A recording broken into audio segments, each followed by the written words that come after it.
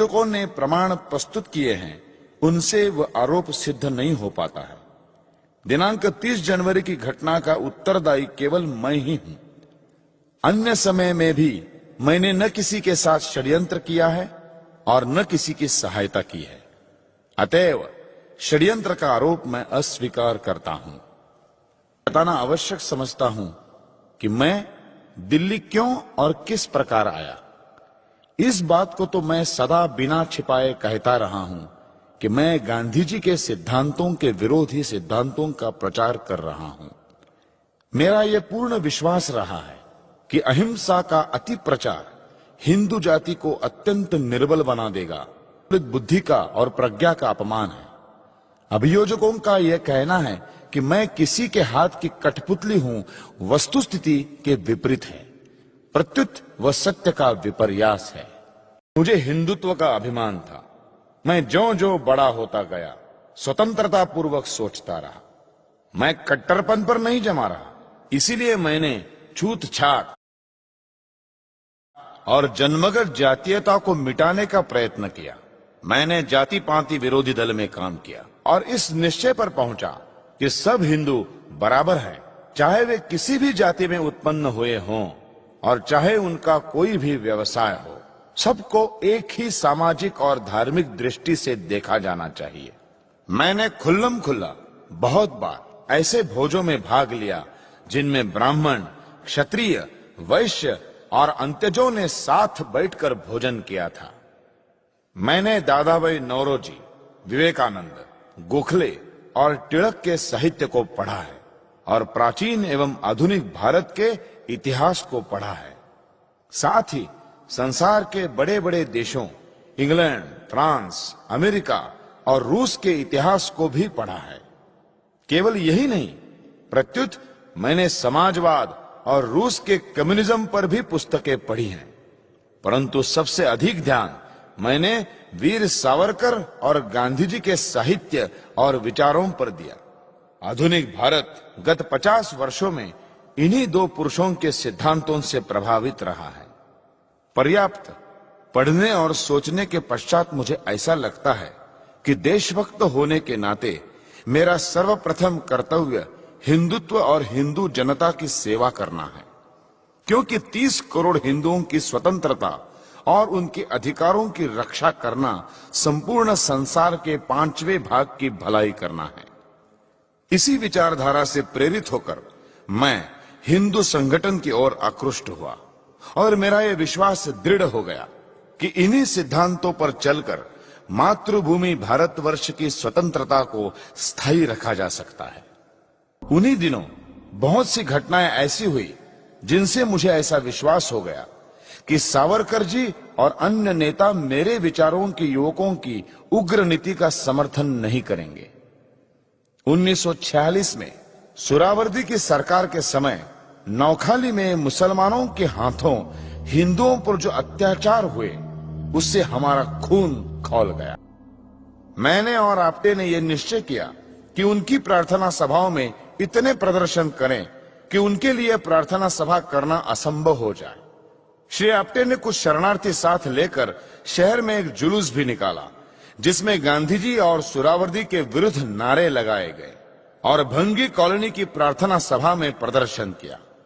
उस समय हमारा हिंसा करने का लेश मात्र भी विचार न था। फिर भी गांधी जी ने कायरता पूर्वक पिछले दरवाजे से शरण ली और अपने आप को सुरक्षित करने का प्रयत्न किया। जब श्री सावरकर ने इस प्रदर्शन के विषय में पढ़ा तो उन्होंने हमारे कार्य की प्रशंसा नहीं की। प्रत्युत मुझे एकांत में ऐसे कार्य के लिए बहुत बुरा भला कहा। यद्यपि हमने प्रदर्शन शांतिपूर्ण किए थे, तथापि उन्होंने कहा, जिस प्रकार मैं इस बात की निंदा करता हूं कि कांग्रेस से संबंध रखने वाले लोग हमारी सभाओं और चुनाव में शांति भंग करते हैं, उसी प्रकार मुझे इस बात की भी निंदा करनी चाहिए कि हिंदू संगठनवादी लोग कांग्रेस वालों के किसी कार्यक्रम को भंग करते हैं। यदि गांधी जी अपने प्रार्थना सभाओं में हिंदुओं के विरुद्ध बोलते हैं तो उसी प्रकार आप भी अपनी पार्टी की सभा करें और गांधी जी के सिद्धांतों का खंडन करें। हम सबको अपनी अपनी बात का प्रचार संवैधानिक नियमानुसार करना चाहिए। दूसरी महत्वपूर्ण घटना उस समय हुई जब भारत के विभाजन का अंतिम निश्चय हुआ। उस समय कुछ हिंदू सभाई ये जानना चाहते थे कि विभाजित भारत की नई कांग्रेस सरकार के साथ हिंदू महासभा का क्या व्यवहार होगा। वीर सावरकर आदि हिंदू नेताओं ने कहा कि नई सरकार को किसी दल अथवा कांग्रेस की सरकार नहीं मानना चाहिए, प्रत्युत भारत की राष्ट्रीय सरकार समझना चाहिए और उसकी प्रत्येक आज्ञा का पालन करना चाहिए। उन्होंने कहा कि पाकिस्तान बनने का उनको दुख तो अवश्य है, परंतु फिर भी नई आजादी की रक्षा करने के लिए और उसे स्थायी रखने के लिए नई सरकार को सहयोग देना ही हमारा ध्येय होना चाहिए। यदि नई सरकार को सहयोग न दिया तो देश में गृहयुद्ध हो जाएगा।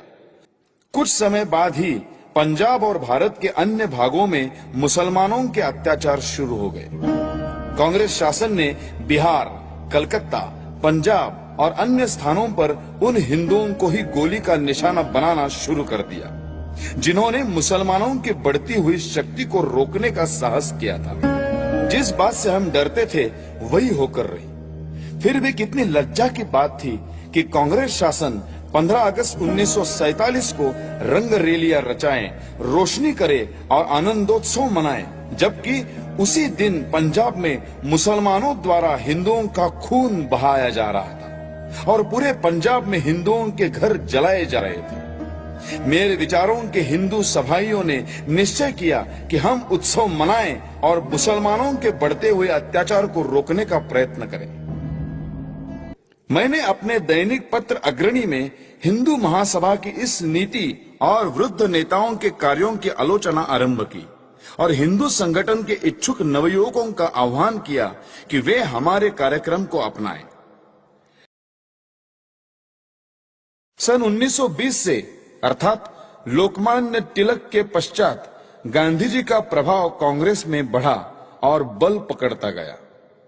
उन्होंने जनता को जागरूक करने के लिए जो कार्य किया उनका बहुत प्रभाव पड़ा। वे सत्य और अहिंसा के नारे लगवाते रहे। कोई भी समझदार व्यक्ति उन नारों को बुरा नहीं कह सकता था। वास्तव में इन उद्घोषों में नवीन बात न थी। प्रत्येक शांतिपूर्ण आंदोलन में ऐसे उद्घोष लगाए ही जाते हैं।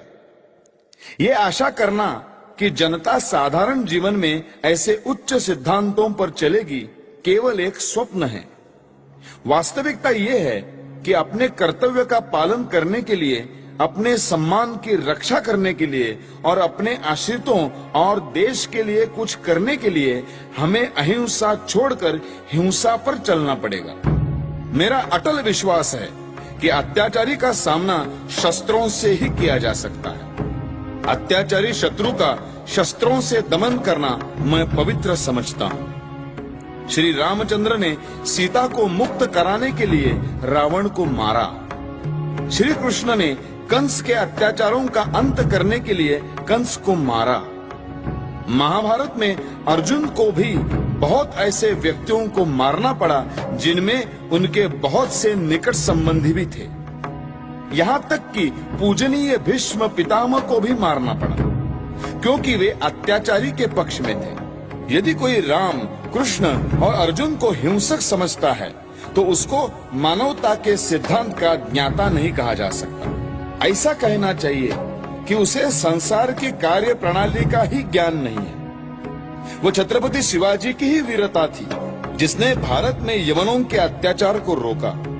शिवाजी ने जिस प्रकार अफजल खान को मारा वो बिल्कुल ठीक तरीका था, अन्यथा अफजल खान शिवाजी को मार डालता। गांधी जी शिवाजी, प्रताप और गुरु गोविंद सिंह की निंदा करते थे और उनको गलत पथ पर चलने वाला कहते थे और इस प्रकार अपने बौद्धिक दिवालियापन का प्रमाण दे रहे थे।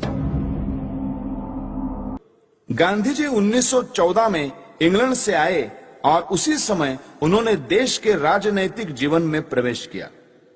दुर्भाग्य से श्री फिरोज शाह मेहता और श्री गोखले, जिनको गांधी जी अपना गुरु कहते थे, शीघ्र ही स्वर्गवासी हो गए। गांधी जी ने अपना कार्य अहमदाबाद में साबरमती नदी के किनारे एक आश्रम खोलकर प्रारंभ किया। सत्य और अहिंसा के जयघोष कराए।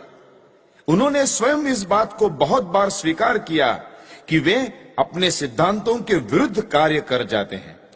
मुसलमानों को खुश करने के लिए उन्हें अपने सिद्धांत जब तोड़ने पड़ते थे तो वे इसमें कभी नहीं चूकते थे।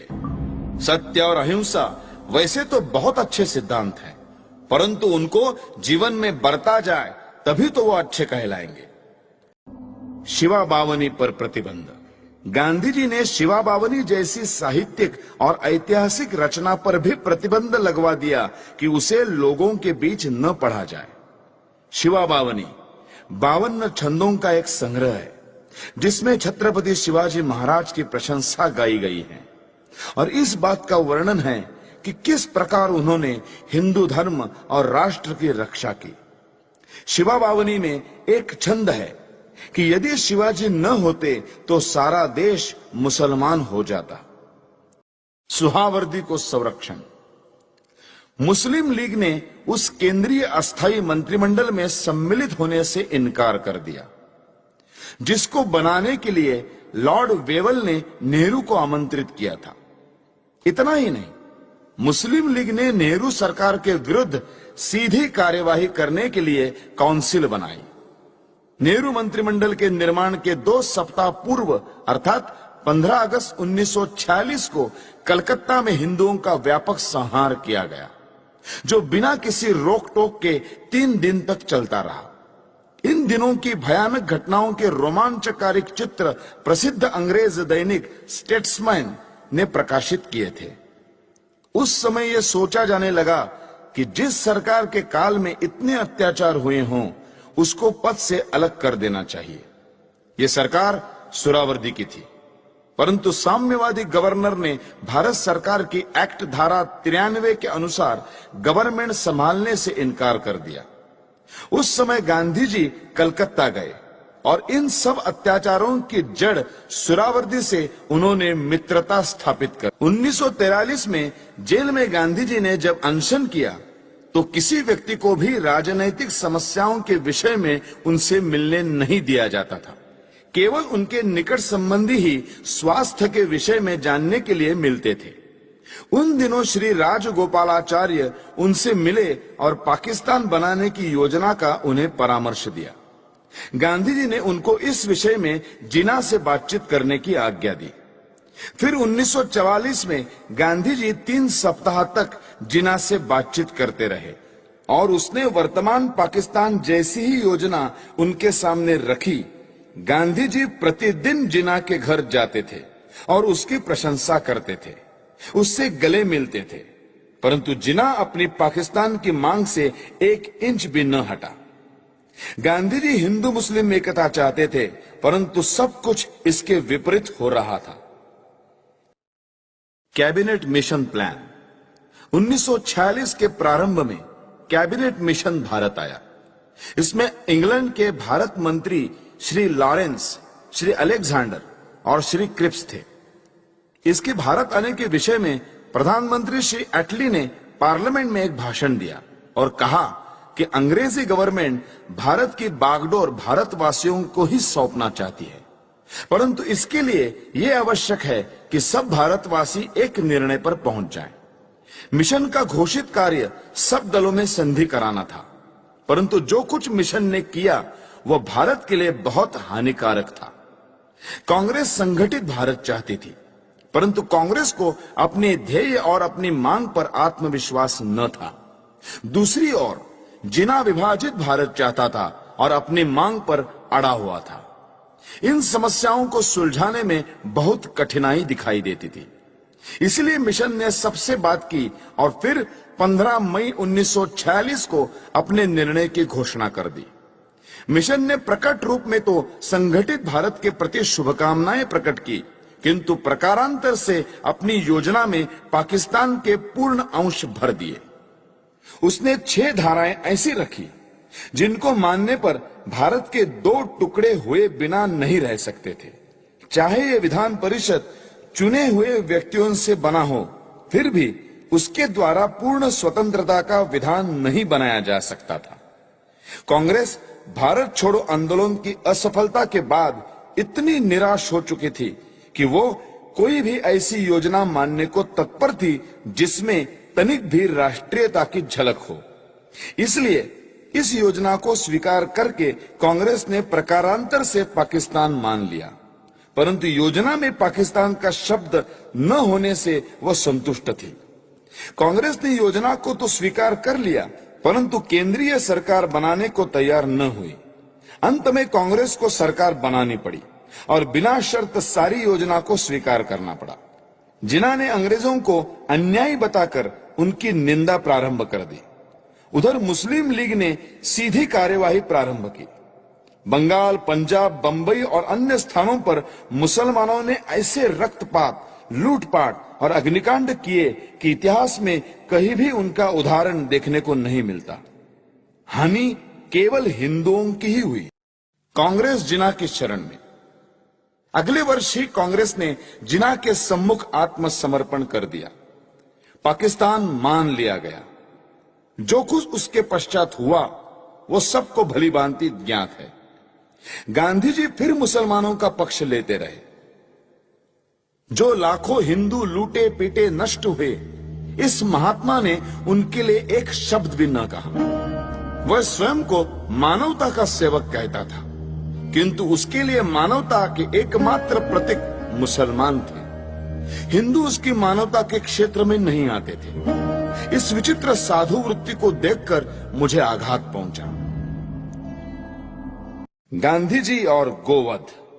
गांधी जी गो रक्षा के लिए बड़ी तीव्र इच्छा प्रकट किया करते थे, परंतु वास्तव में उन्होंने इस विषय में कुछ नहीं किया। प्रार्थना सभा में वे जो भाषण देते थे, उनमें एक भाषण में उन्होंने स्पष्ट रूप से ये मान लिया है कि वे गो रक्षा में असफल रहे हैं। उनके उस भाषण का अंश नीचे उद्धृत है। आज राजेंद्र बाबू ने मुझे सूचना दी है कि उनके पास 50,000 पोस्ट कार्ड और 25-30 हजार के लगभग तार आए हैं कि गोहत्या को कानून द्वारा बंद कर दिया जाए। इस विषय में मैंने पहले भी एक बार कुछ कहा था। पता नहीं इतने पोस्ट कार्ड और तार क्यों भेजे गए हैं। इनका कोई लाभ नहीं है। भारत में गोहत्या रोकने के लिए कानून नहीं बनाया जा सकता। गांधी जी राष्ट्रपिता के नाम से पुकारे जाते हैं, जो अत्यंत सम्मान का पद है, पर वे पिता का कर्तव्य पालन करने में असफल रहे। उन्होंने तो बड़ी निर्दयता से राष्ट्र के 2 टुकड़े कर दिए। यदि वे सच्ची आत्मा से पाकिस्तान का विरोध करते तो लीग कभी भी इतनी सुदृढ़ता से ये मांग न रख पाती और अंग्रेज पूर्ण प्रयत्न करके भी इसे न बना पाते। देश की जनता पाकिस्तान बनाने की घोर विरोधी थी, पर गांधी जी ने जनता को धोखा दिया और मुसलमानों के पाकिस्तान का पिता सिद्ध किया है। इसलिए मैंने भारत माता का एक पुत्र होने के नाते अपना कर्तव्य समझा कि ऐसे व्यक्ति का अंत कर दिया जाए, जिसको कहा तो जा रहा है राष्ट्रपिता, किंतु जिसने मातृभूमि का विभाजन करने में सर्वाधिक हाथ बटाया। गांधी जी के अहिंसा सिद्धांत के अनुसार हमें अत्याचार सहन करते जाना चाहिए और शस्त्र या शारीरिक शक्ति से प्रतिकार नहीं करना चाहिए। गांधी जी की अहिंसा उस सिंह की अहिंसा है जो उस समय अहिंसा का पुजारी हो जाता है जब वो सहस्त्रों गायों को खा पीकर थक जाता है। कानपुर में गणेश शंकर विद्यार्थी को मुसलमानों ने निर्दयता से मार दिया था।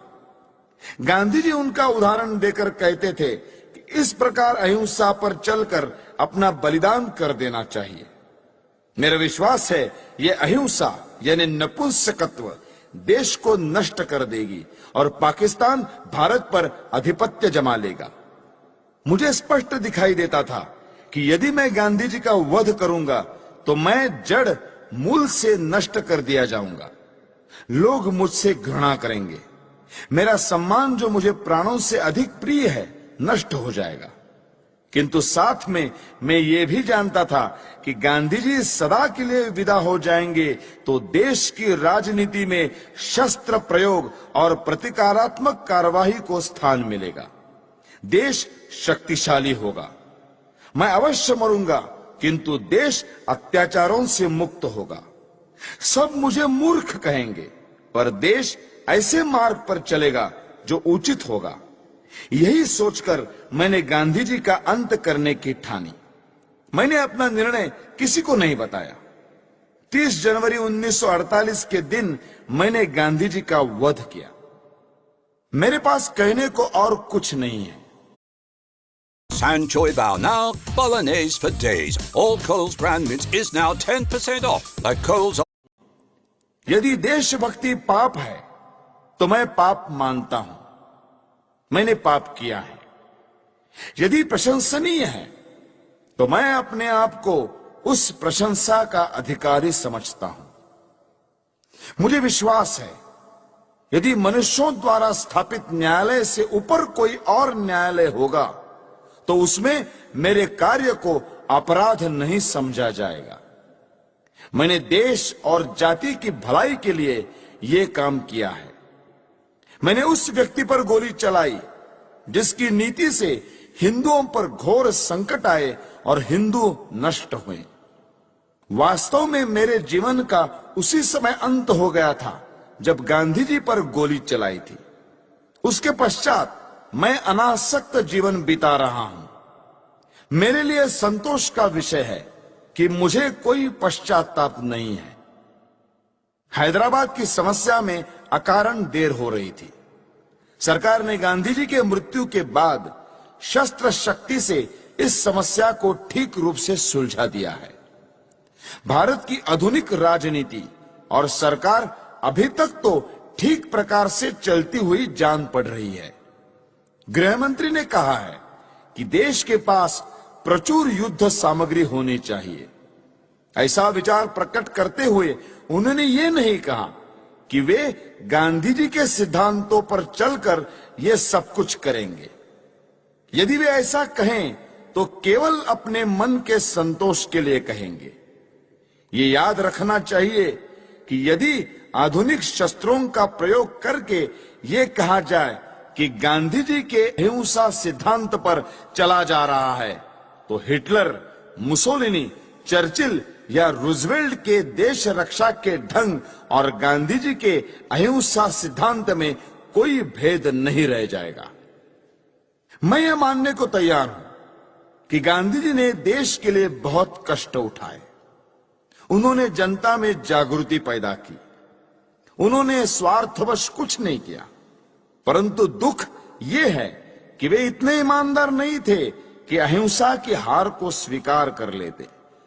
मैंने दूसरे भारतीय देशभक्तों और नेताओं के भी चरित्र पढ़े हैं जिन्होंने गांधी जी से अधिक बलिदान किए हैं। कुछ भी हो, गांधी जी ने देश की जो सेवा की है उसके लिए मैं उनका आदर करता हूं। उन पर गोली चलाने के पूर्व मैं उनके सम्मान में इसीलिए नतमस्तक हुआ था, किंतु जनता को धोखा देकर पूज्य मातृभूमि के विभाजन का अधिकार किसी बड़े से बड़े महात्मा को नहीं है। गांधी जी ने देश को छल कर देश के टुकड़े किए, क्योंकि ऐसा न्यायालय या कानून नहीं था जिसके आधार पर ऐसे अपराधी को दंड दिया जा सकता। इसीलिए मैंने गांधी को गोली मारी। उनको दंड देने का केवल यही एक तरीका रह गया था। यदि मैं यह न करता तो मेरे लिए अच्छा ही होता, परंतु स्थिति बहुत खराब हो गई थी और मेरे हृदय में इतना अधिक क्षोभ था कि मैंने सोचा कि गांधी जी को स्वाभाविक मृत्यु से नहीं मरने देना चाहिए। संसार को पता लग जाए कि इस व्यक्ति ने अन्यायपूर्वक राष्ट्र के साथ छल करके भयानक रूप से देश के एक संप्रदाय का जो पक्ष लिया है उसका दंड भोगना पड़ा। मैंने इस समस्या का अंत इसी प्रकार करना चाहा, क्योंकि इसी से लाखों निर्दोष हिंदुओं का जीवन बच सकता था। गांधी जी की जो अहममयी प्रवृत्ति इस पवित्र भूमि के पुत्रों के लिए घातक सिद्ध हुई, उसके लिए भगवान उन्हें क्षमा करे। मेरी न किसी से कोई शत्रुता है, न किसी के प्रति कोई दुर्भावना। आप मेरी इस भावना को जिस प्रकार देखना चाहे देखें, और इस भावना के परिणाम स्वरूप मेरे किए हुए इस कार्य को देखकर जो दंड उचित समझे दें। इस विषय में कुछ कहने की मेरी इच्छा नहीं है। मैं किसी प्रकार की दया नहीं चाहता। मैं ये भी नहीं चाहता कि मेरी ओर से कोई दया की याचना करे। इस अभियोग में बहुत से मनुष्यों को मेरे साथ इस अपराध में ले लिया है। उन पर आरोप है कि उन्होंने षड्यंत्र रचा। इस विषय में मैं पहले ही कह चुका हूं कि इस कार्य में मेरा कोई साथी नहीं था। स्वयं मैं और केवल मैं ही इसका उत्तरदायी हूं।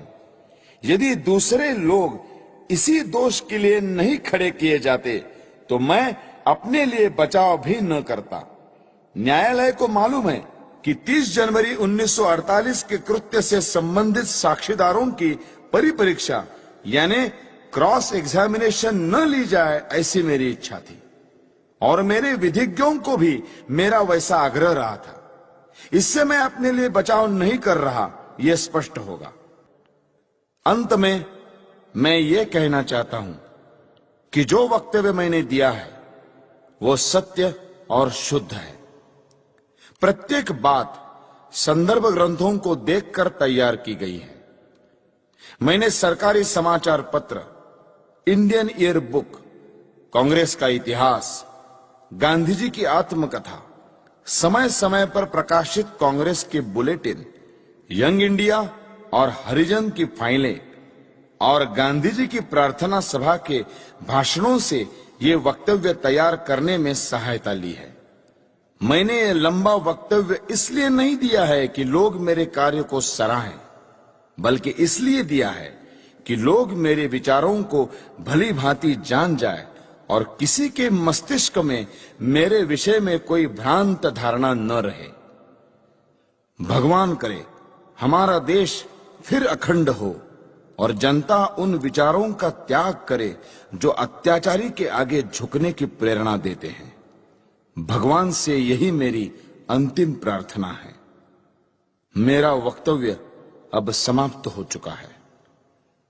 आपने इसे ध्यान से सुना और सुविधाएं दी, उसके लिए मैं कृतज्ञ हूं। जिन्होंने इस बड़े अभियोग में मुझे कानूनी सहायता दी और जो पुलिस ऑफिसर इस अभियोग से संबंधित हैं, उनके प्रति मेरे हृदय में कोई दुर्भावना नहीं है। मैं उनके सद्व्यवहार के लिए उनका भी कृतज्ञ हूं।